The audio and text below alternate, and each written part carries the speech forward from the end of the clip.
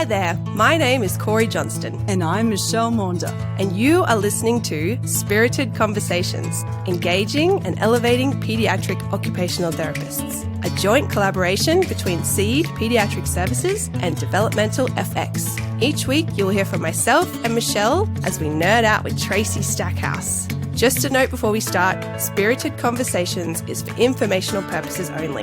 We're not intending to be a substitute for professional medical advice or therapeutic intervention. We urge you to seek the advice of your physician or other qualified health professionals with any questions you have regarding specific medical conditions. With that, let's jump into today's episode. Hello, welcome everybody. Episode 3. We are hoping to be able to dive a little bit into Praxis today. After our discussion about posture last episode, we all just went, oh, can we please talk about Praxis? Welcome, Tracy. We love having you every week. So good to see you. So good to see you too, Michelle. G'day, Trace. Hi, Corey. I get to see these lovely ladies every week and I love it. So we're going to pull together, well, I didn't do it. Michelle, you did all the work this time of pulling together a composite case so that we could talk about Praxis in a tangible way. And hopefully that will give everyone who's listening a better sense of this concept, which I even now am still trying to wrap my head around the complexity of it because it is really complex. And I just wanted to drop a side note in. Michelle and I both brought our Sensory Integration in the Child, Jean Eyre's original blue book today, just in the spirit of wanting to feel connected to Dr. Ayres. So I just thought that was a fun little thing to add. So I'll hand over to you, Michelle. You go for it.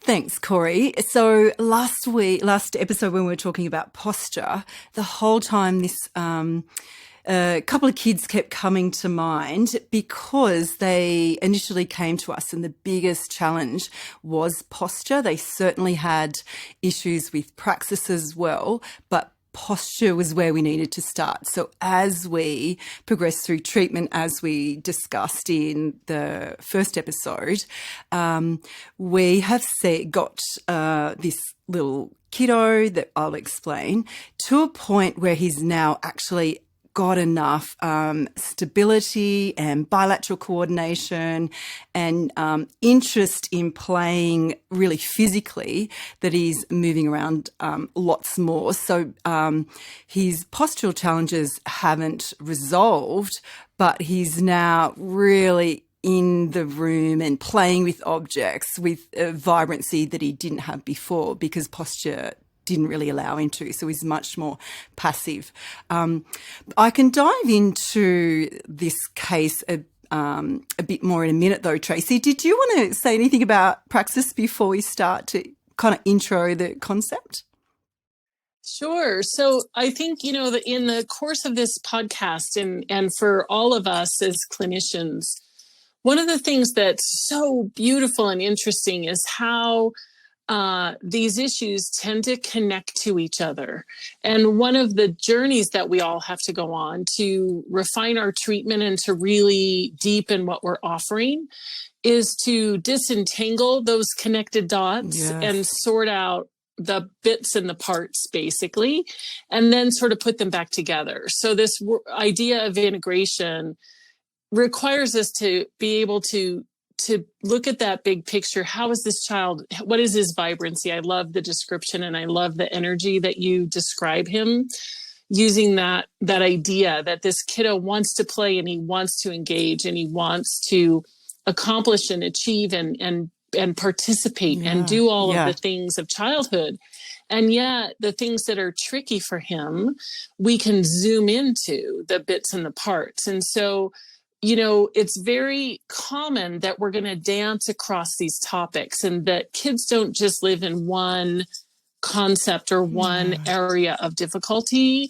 They often show us difficulties in a way that integrates our thinking. And so this guy, early on had some difficulties with posture, and now you're seeing more difficulties around praxis. So when we say the word praxis in our sort of AIRS sensory integrative frame of reference, praxis really is related to the capacity that all of us have to generate novel skillfulness.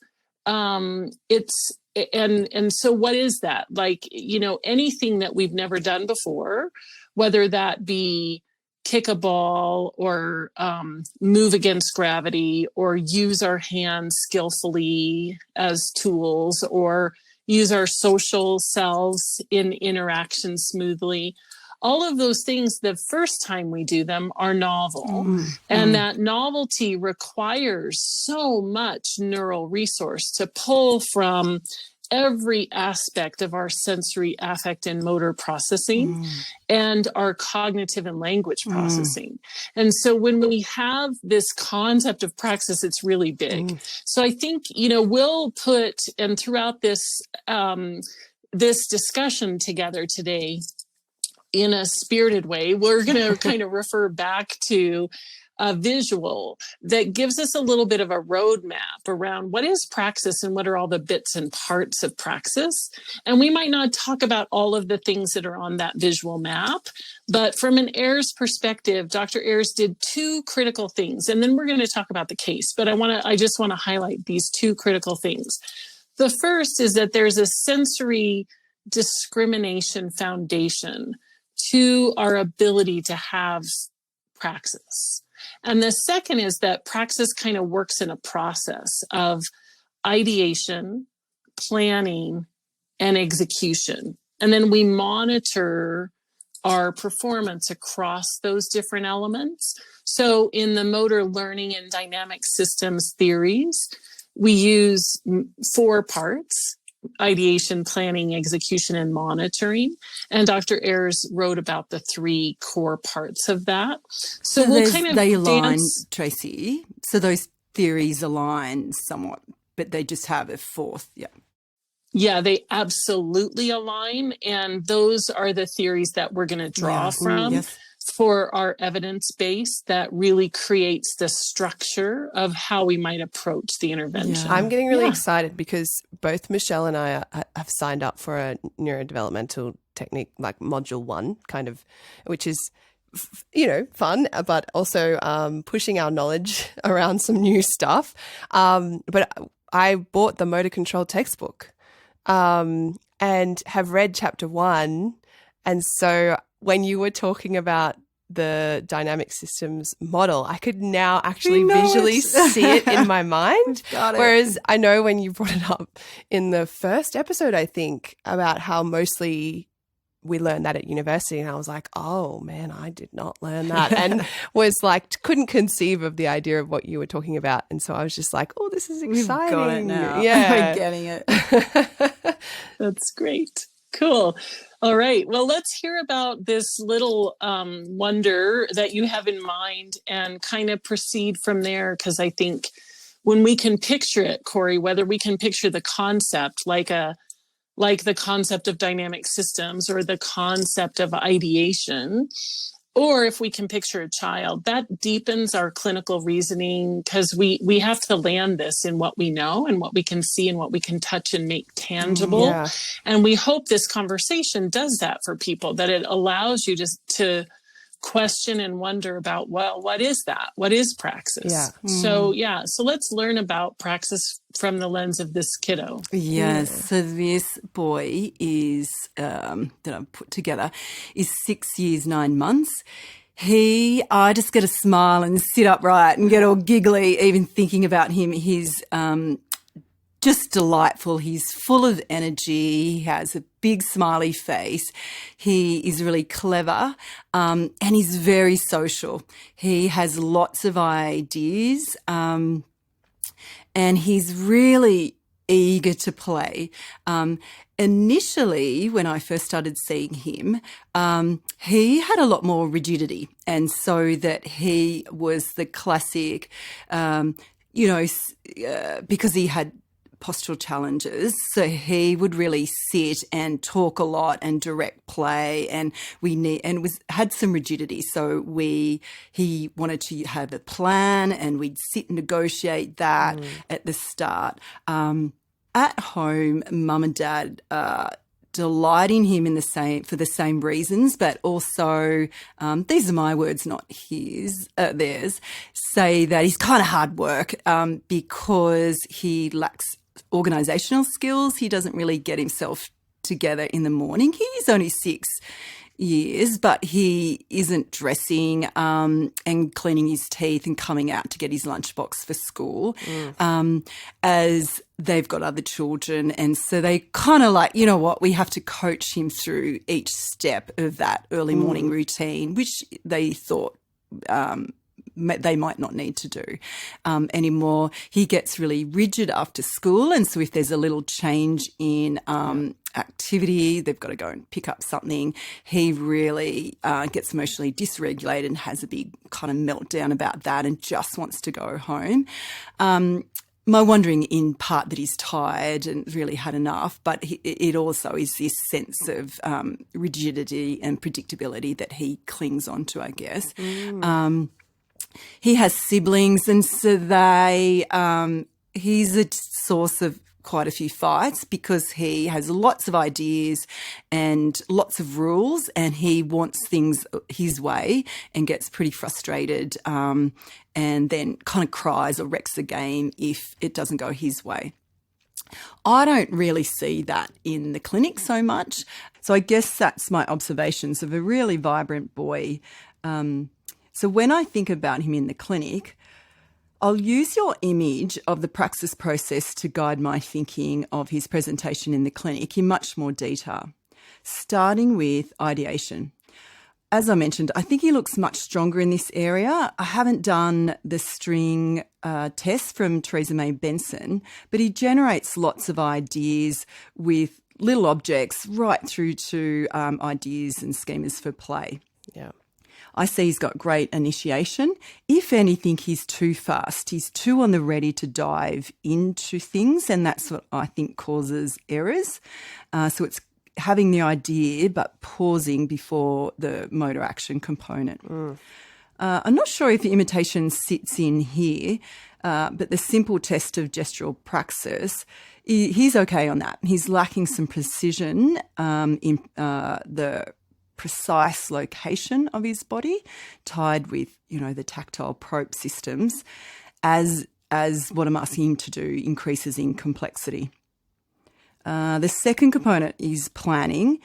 I think he's really restricted in this sequencing component in planning, right through from his movement actions through to the a number of tasks that make up a complex activities, such as getting dressed in the morning, which we can see in play and at home, but we can also see in clinical observations, such as sequential finger touching, alternating forearm rotation, copying clapping patterns, doing skipping. So he's really just not getting the sequence of the movements right through to adding the tasks into activities right. The third component that we're looking at is execution. So motorically, this is really restricting him a lot as well. When I look at the clinical observations of tasks such as finger to nose, sequential finger touching, and also in play, so things like drumming and swinging, his timing and rhythmicity is really out. His movements are much more ballistic and jerky rather than that smooth control of movements. He's also not grading force well either. He tends to be much too hard. So adding that with the sequencing component, we're just seeing really ballistic movements that lack that precision, fluidity.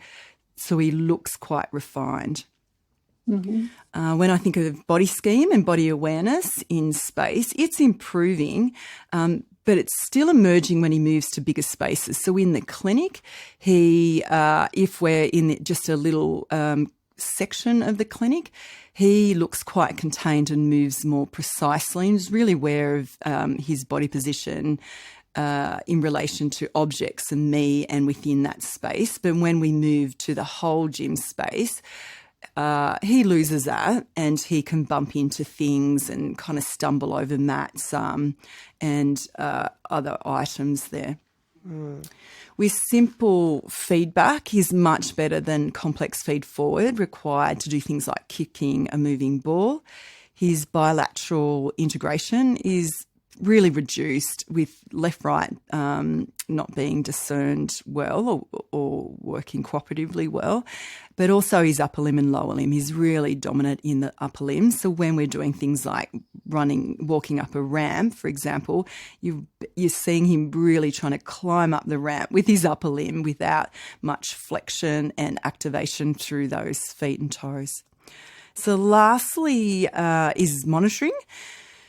When he's doing more sedentary tasks and he's much more cognitive, then he presents with this as a real strength. I think he can problem solve quite well with my assistance.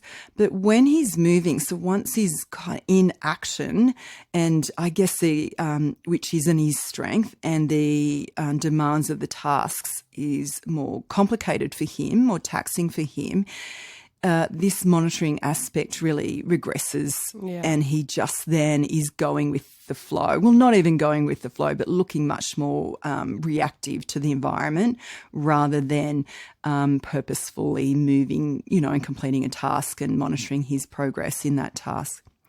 He's got an adaptive strategy, though, of changing the rules. And so that is a source of great frustration for everybody, because instead of monitoring and going back and improving and adjusting, he just makes the rules different to suit his new, he's not perfect action. So as I mentioned, I haven't conducted a formal assessment of him recently to gain more data. These are just my observations through play. Well, I was actually thinking, Michelle, because I was thinking about this the other day, actually, was sometimes I feel like if I'm in a session, I'm looking at a kid and I'm like, oh, that looks, something about that is not coming together, like either and sometimes I'm not 100% sure how to pick out the piece that's not coming together. And because I do know that Praxis falls into these three categories, right, of the ideation part and then the actual plan that the brain has to put together in the moment, and then actually right before it happens, and then execute that plan. And then, of course, in that dynamic systems theory, evaluate whether it worked, right? So, but sometimes when I'm looking at a kid in a session, I'm not 100% sure how to figure out which element isn't coming together. So, and that can be a little bit tricky. So I had a genuine question around how do we best observe or even assess Praxis? If you don't have the SIPT, or if you're not SIPT trained, what are some really great ways we can start to even find out a bit about Praxis for a child? Does that, I don't know, apart from being like they look clumsy, because it's really broad. It is really broad, but it's interesting. So I want to talk about the assessment, but I kind of want to talk about this word clumsy for a minute, because before there was ever a dyspraxia description from an Ayres perspective, or even in the lens of coordination or a developmental coordination disorder, Dr. Gabay, who wrote way back in the 1960s, and he talked about this thing called the clumsy child syndrome. And interestingly, Dr. Ayres was able to really take that notion of seeing when kids were struggling with basic coordination and they looked like things that should come easily to them, things that should be smooth and accurate and fluid.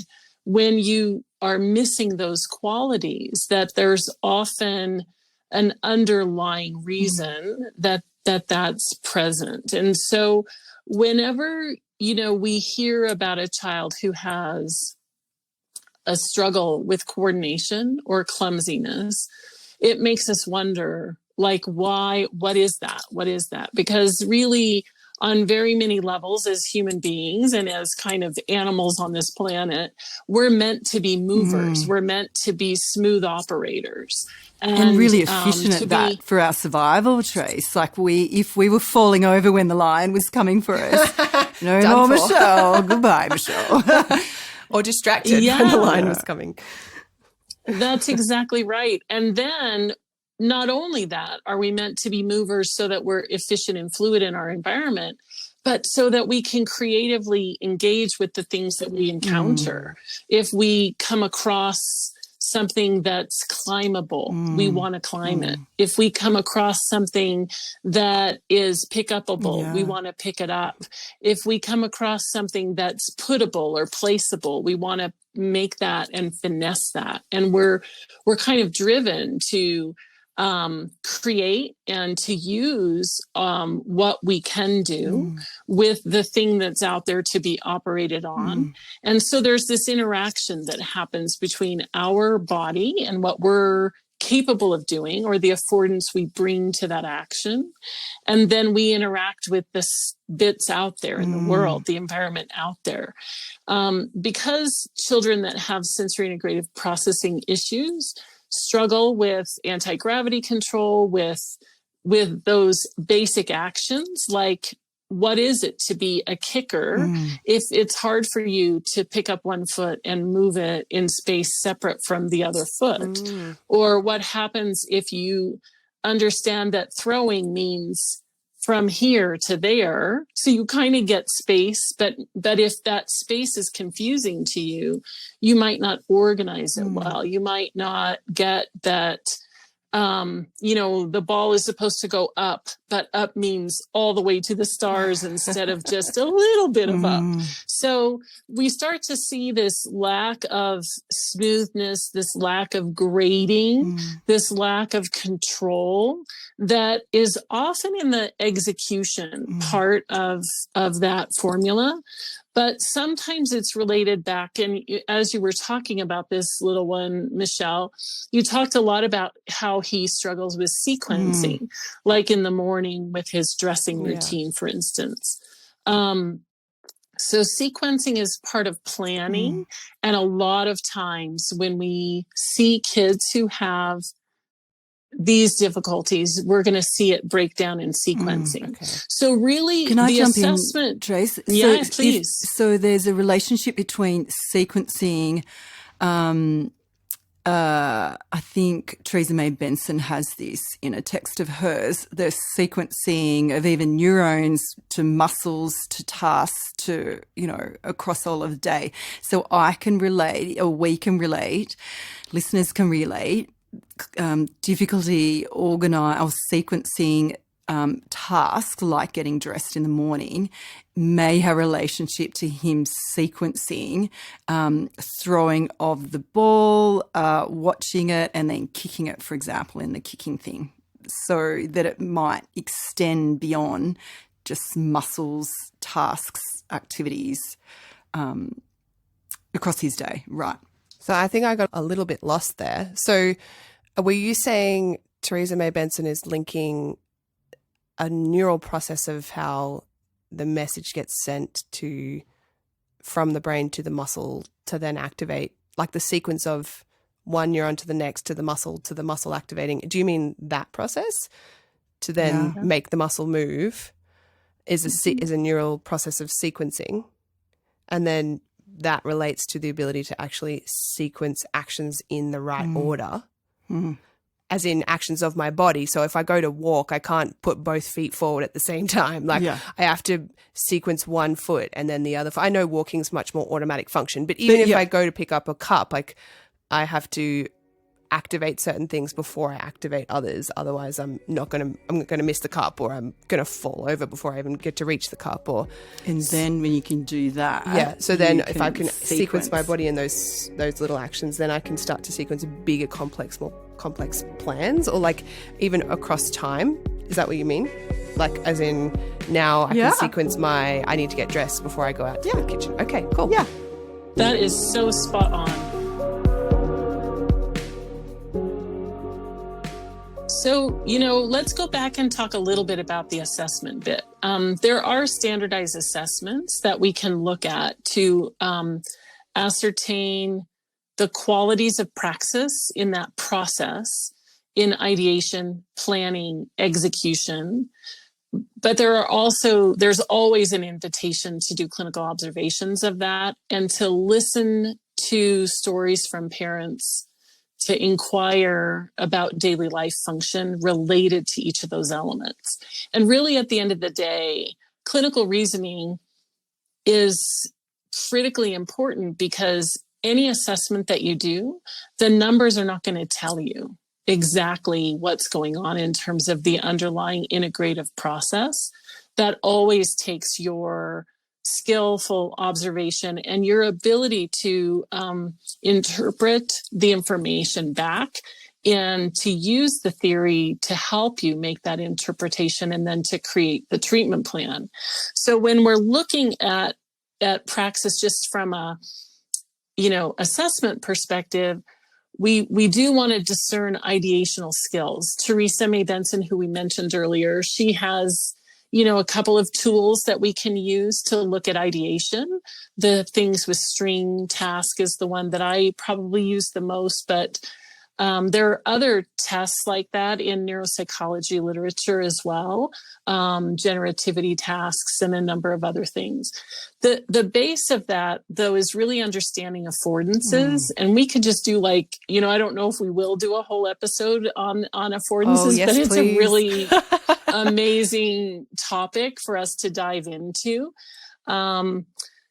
And so we want to understand the affordances, of the child's system and how they interact with objects out in the world. And so that's going to come really from observation.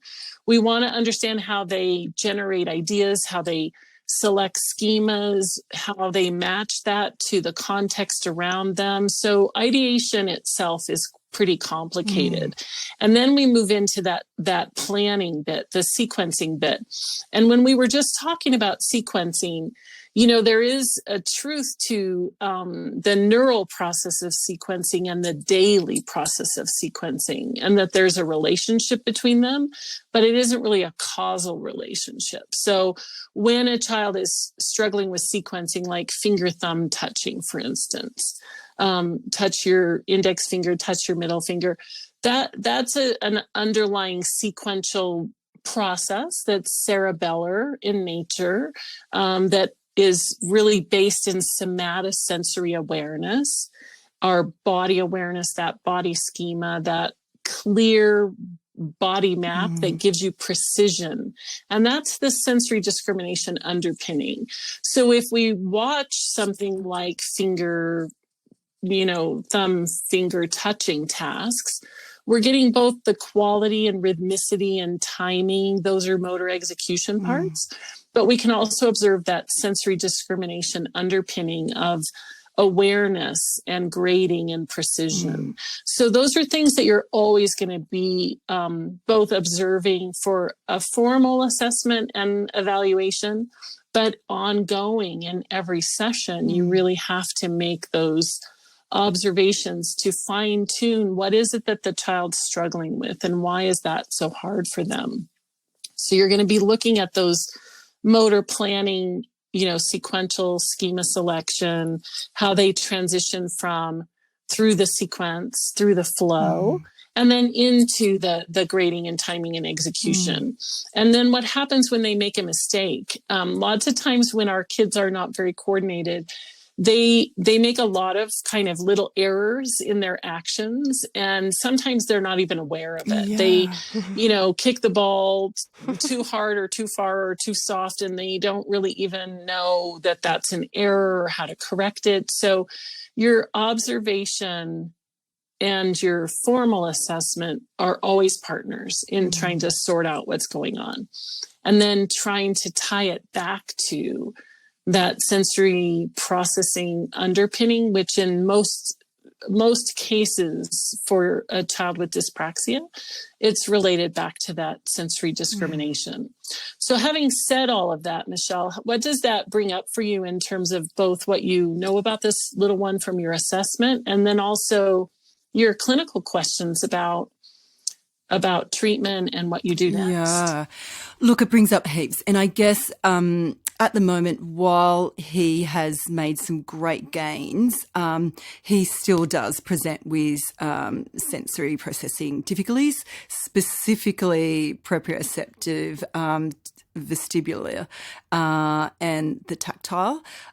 Interestingly, when I did clinical observations, his eye function, visual function, it was his convergence and divergence that was most affected. He did have some skipping over the midline 3 out of 10 times, for example. So we certainly saw some, issues crossing midline, but it was, I think, the convergence, divergence that is impacting his spatial awareness, his ability to kind of look close and then, zoom back out to see the bigger world. So that spatially is where he's at. So definitely there's still some sensory processing challenges. What I'm also seeing is this pattern of lots of ideas with not a lot of monitoring. And he's an energetic boy, so I've got some questions about his attention and I guess inhibition as well, so that when he has an idea,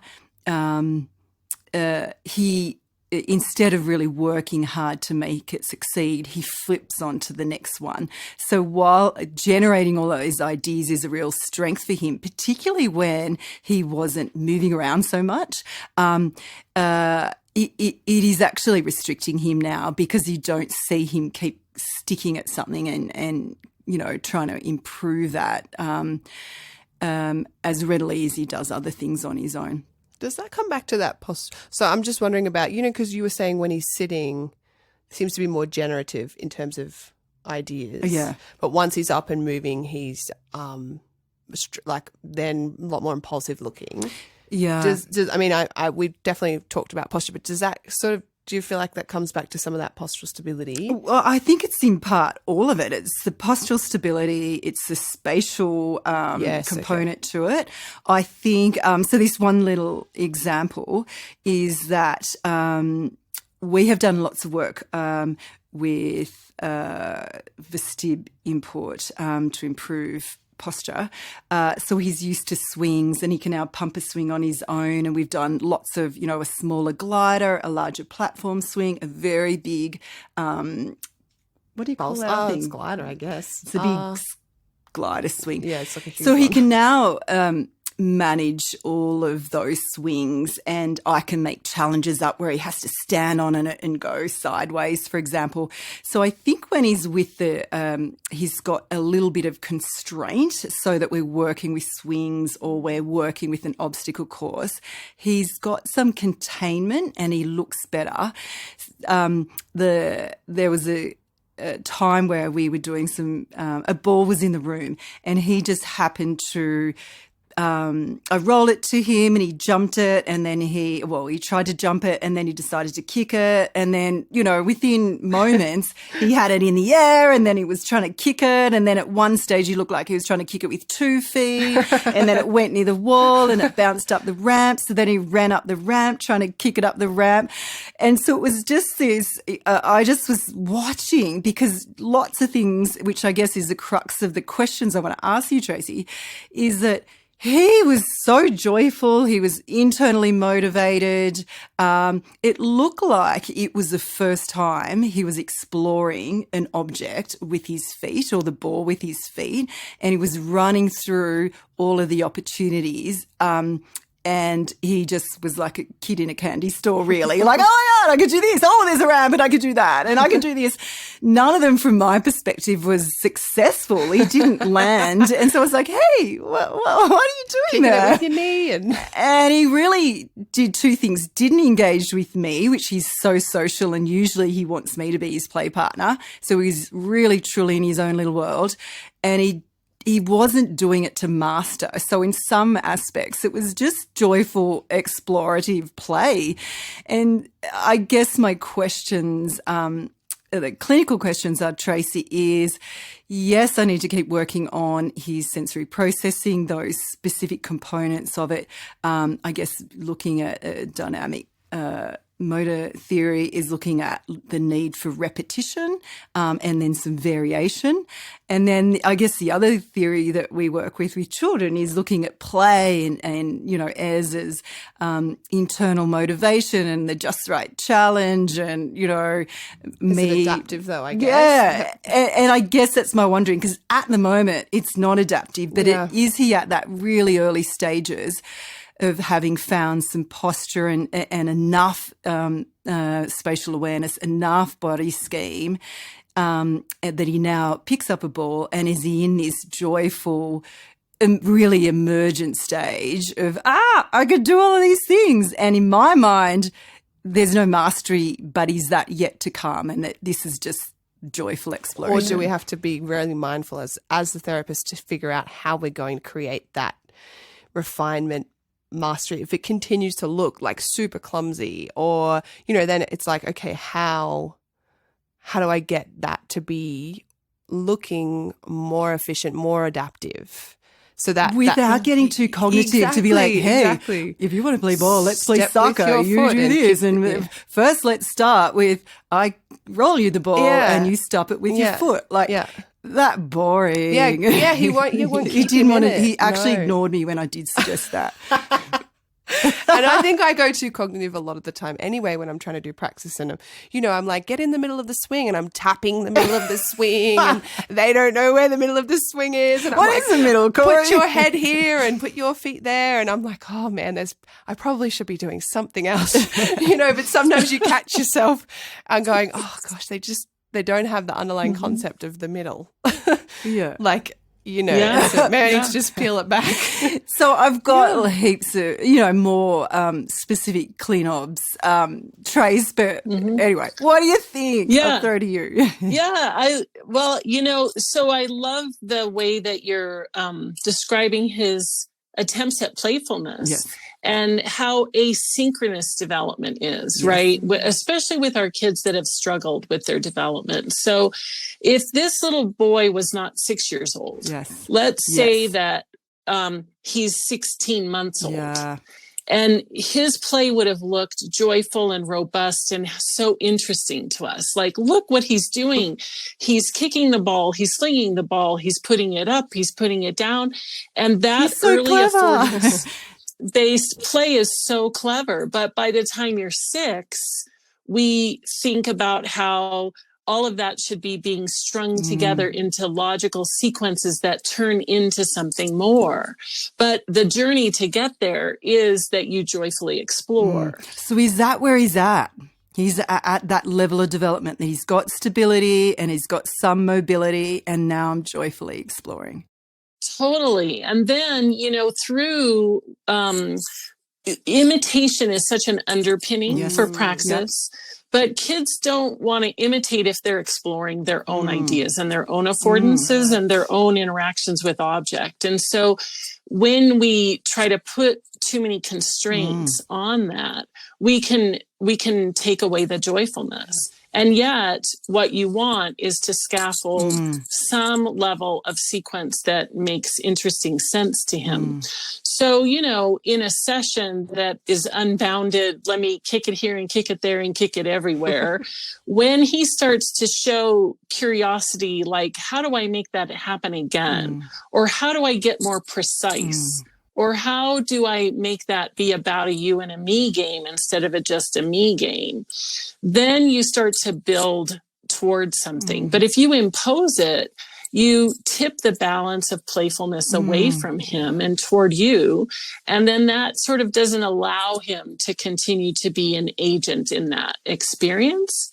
So it's really a balance. Yeah. And intuitively, I really haven't ever seen him play like that before individually without me. Like everything has been pretty planned and with me and, you know, let's do this together. And then I'll, you know, interrupt that and help him be flexible. Yeah. You know, so this has just caught me and stayed with me because it was like he was playing differently for the first time.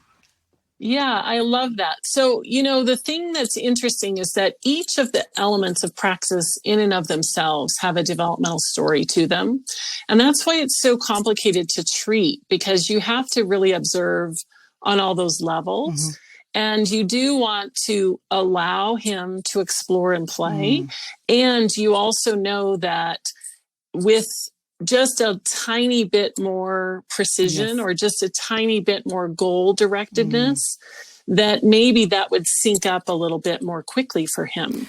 And so you're going to be infusing that, you know, that guidance for him, but not imposing it. So it's kind of that, it's really a fine line. And I think it's really fun for us to try to talk about it. And also hard to define. Yeah. I want to dive in. I know that he needs more precision in vestibular system, proprioceptive system, tactile, and probably visual as well. So I absolutely know I need to keep going there.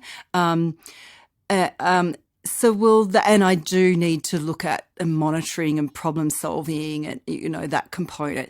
But and then if I work on them during play, I guess, and then bring it together in a game that he's interested in, which at the moment is the ball, and then try to still allow him to joyfully play with the ball. So I'm not going to make soccer the game, but, you know, just... Was the key point the curiosity opening, the window of curiosity for him of, how could I actually get this to go up there, rather than just kicking the ball over?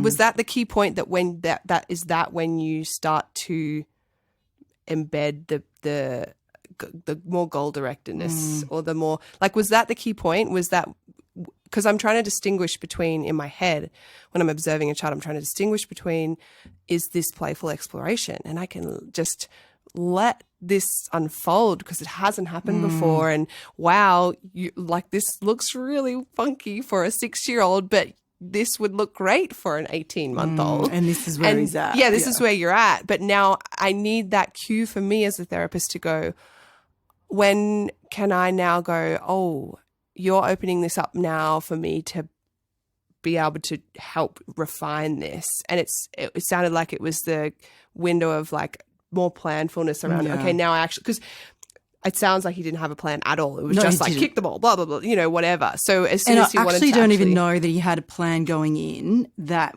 each time the ball moved in a different way, he had a new idea. Yeah. And that's his asset, but I think that's what's tricky for him because the plan kept changing. Yeah. And because he's not fully in his body yet from a proprioceptive perspective and probably tactilely, and he's not in the room fully from a visual spatial perspective. I think it wasn't reactive, but he was behind the 8 ball. It wasn't a true feed forward. Yeah. That's exactly right. So he's kind of behind the 8 ball because he doesn't quite have capacity to offer back to the play a little higher level skill. And so it happens at this lower level because that's kind of where he's cooking. But what's interesting is he's so keen to play, and kids like this will be so eager to play, that what you're looking for is when he wants to repeat something with a little bit more, like, I want to do that again, or I want to refine that a little bit, that's really your window in, and you can start to then model and demonstrate and build through imitation for him. Oh, when you kick it up there and then it falls down here, watch what happens next. And then you can kind of woo him into creating a little sequence. And then the sequence, when he wants to repeat it, instead of just randomly be pell-mell and do whatever, then you're going to start to be able to build something. But you can't really force that. I mean, you can train it if you decide to take that treatment approach. It doesn't generalize well.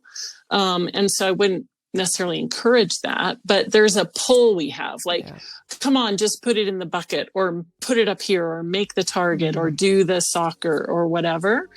But allowing for play and then looking for refining around the discrimination elements that support it, really, and letting him be that agent of his own change is really powerful. And it's also requires us to trust our theories so very much. I love that, Tracy. And I genuinely do find the theories behind these concepts just incredibly helpful, because they can help you make hypotheses about what might be going on and go about testing that and trying to figure out how to treat it. But sometimes you'll have the theory and you'll sort of be aware of the concepts, but you're still struggling to translate that into, what do I do in this moment in my treatment session? Like, how do I then pull that into a operable thing that I can use to help shift the function? So, I mean, I don't know what you guys think about how you go about even just starting to think about treating Praxis. Yeah. Like, do you guys have any thoughts about which way you start doing that? Yeah. So from an errors perspective, and really neurologically from a dynamic systems perspective, you can start in the direction of the base of the sensory motor functions, or you can start in the direction of the end point, which is more the playfulness and his zesty sense of exuberant stuff that he brings to the world. And really, you're going to be working in both directions. And so in your treatment planning, we do want to bring about that discriminative precision. We know that that's going to synchronize things for him and sync it up, and that's a missing element.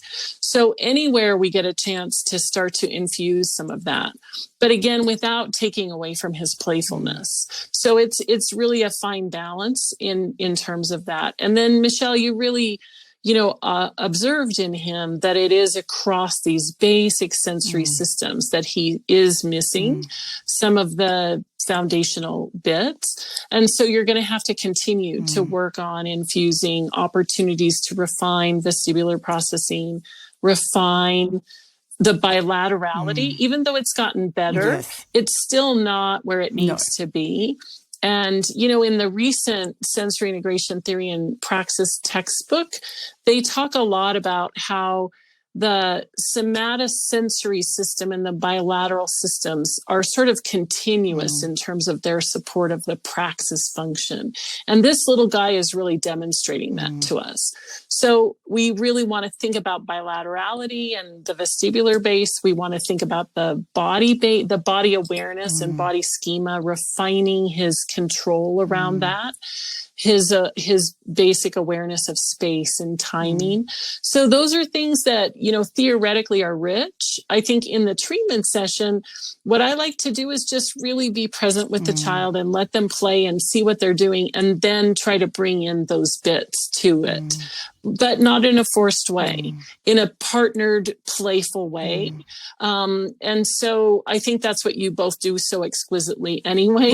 And it's always the journey that we're on, is to build our playfulness and in the present moment. And really what's so tricky about these complicated, beautiful kids we treat is the clinical reasoning is so heady, but the treatment requires us to be present. And so you're always having to kind of maybe do that thinking, not so much in the moment, and just be present with them and see what you can add. And then think later, how could I have made that a little bit more proprioceptive? How could I add in a more discriminative element in terms of space? So maybe we take, visual cues like pool noodles and put them at spots so that he's starting to target or aim, but not requiring that, but just giving boundaries and configuration and detail for him to pick up just on. like amping it up a bit.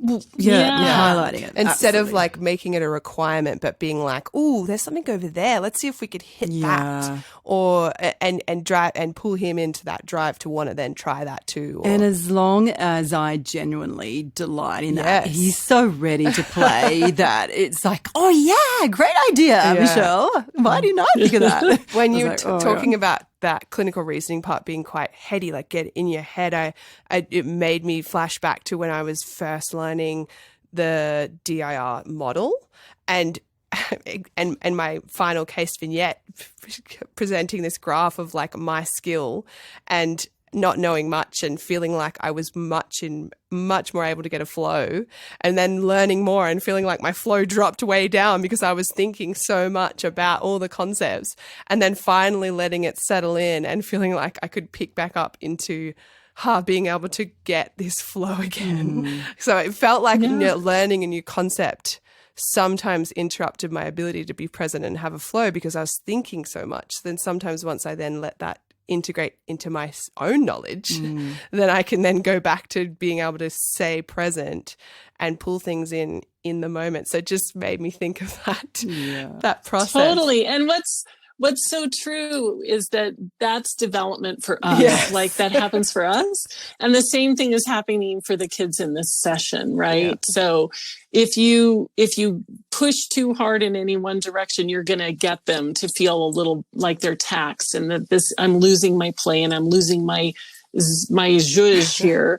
And that happens. Okay. That's all right. And then we come back and we refine and all of that. So anyway, what an interesting way for us to jump into talking about praxis. I think that Ayer's theory is so rich and the primary source to draw from for this.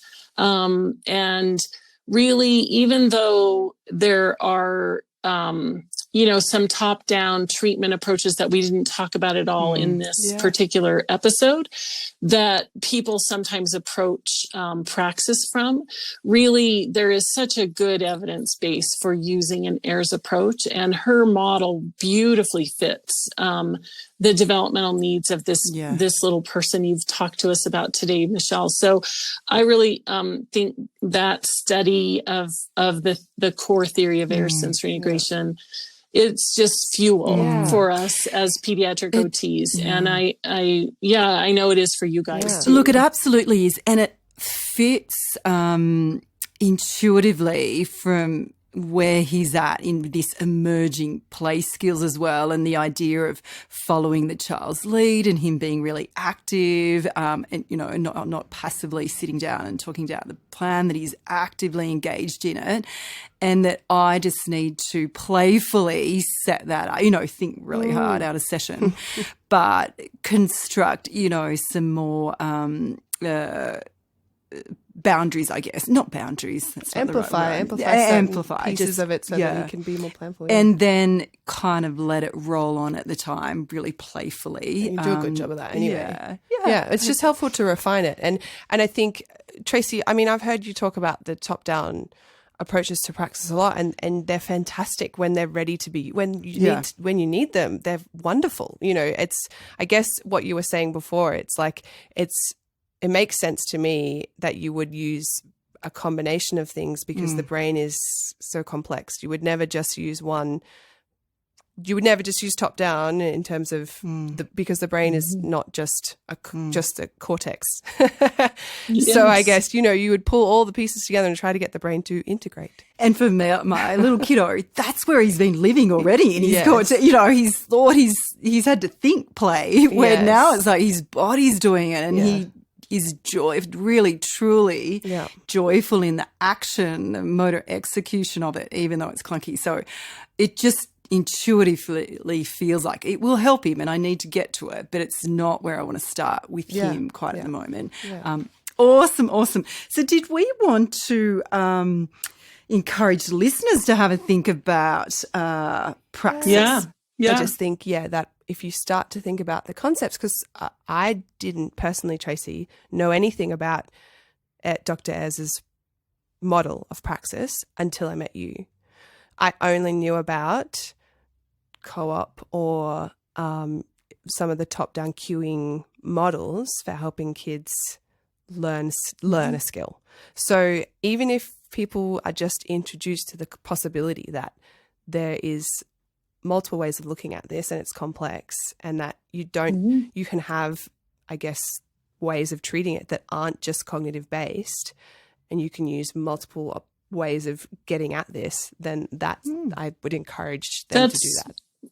Yeah, absolutely. And when this little guy says, to you through his affect, through his words, through his action, I want to do that again. And he identifies the goal, and he, is more purposeful about that. Then you can do goal plan, do review with it. You can say, you want to kick it up there? Really? Let's try it. What happens? And you can start to infuse that. And Dr. Ayres did that in her treatment all the time. But if he doesn't have the playfulness and the somatosensory awareness and the discriminative ability to even be able to begin, then that doesn't really help him to solidify this skill in the long term. So integration is always about both, and our journey is always about both, but it's that fine tuning of the when. And, the way we get there is through these kinds of conversations with ourselves, with our colleagues, because it isn't just straightforward and there isn't a formula or a recipe. The evidence base is rich and strong and clear, but it isn't formulaic. And that, I think, is one of the things that makes it amazing and also really challenging for us as the professionals. But we can clearly identify it, assess it, create a clear treatment plan, and march kids forward over and over and over again, because these theories really work. So what a cool thing.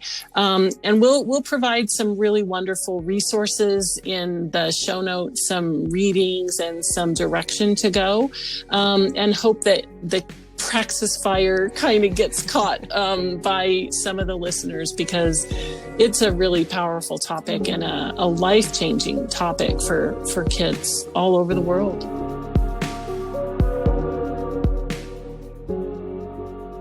Right, so we'll share our key takeaways now.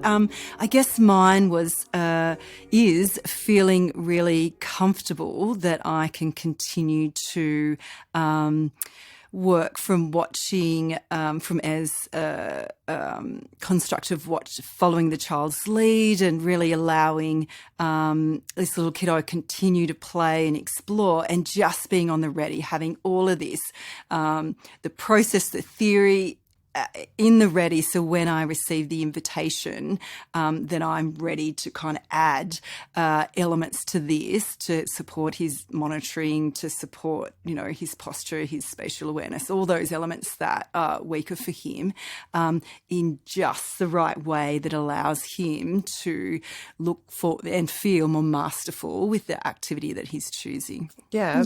Beautiful takeaway. I like that one. I think I personally, I guess the big thing that I thought about for me in this discussion was the fact that I hadn't been exposed to this theory or this way of potentially viewing this construct of Praxis and treating it in a different way from the strategies that I had been using until I met Tracy. And so I would encourage people to think about who they can go to have these conversations about Praxis, and where they can try and start integrating some of this information into what they're already doing, and start to understand what the possibilities are in this way of treating. So go and find people if you can, go and find people you can have these conversations about Praxis with. What about you, Trace? Awesome. Yeah, I think for me, a takeaway, and maybe it's in different words than what we said actually earlier in the episode, but, children who struggle with coordination, clumsy, kids who have a clumsy profile, they don't outgrow it. And they really can have an easier, more playful, more engaged level of participation in every part of their life with the right support. And we know exactly what to do. Our treatment is gorgeous and fun and really effective. And the process of OT is just so powerful for these kids. And I think having more kids who struggle with clumsiness, being able to access their, this kind of support and this kind of intervention is so critical. And just, wow, it can change things for any of those kids that are struggling. So I hope it helps more kids find the care that they need. Yay. Well, thank you everybody for listening to our third episode. And hopefully we'll see you all next time. Great. See you, everyone. See you, Trey. See you, Okay. Corey. Bye. This podcast is brought to you by Seed Pediatric Services and Developmental FX, produced by Little Image Co. For more information, please go to our show notes on our website, spiritedconversationspodcast.com, or catch us at our Seed and Developmental FX Facebook or Insta pages. So grateful to have you with us today for this episode. Take care, and we'll see you next time.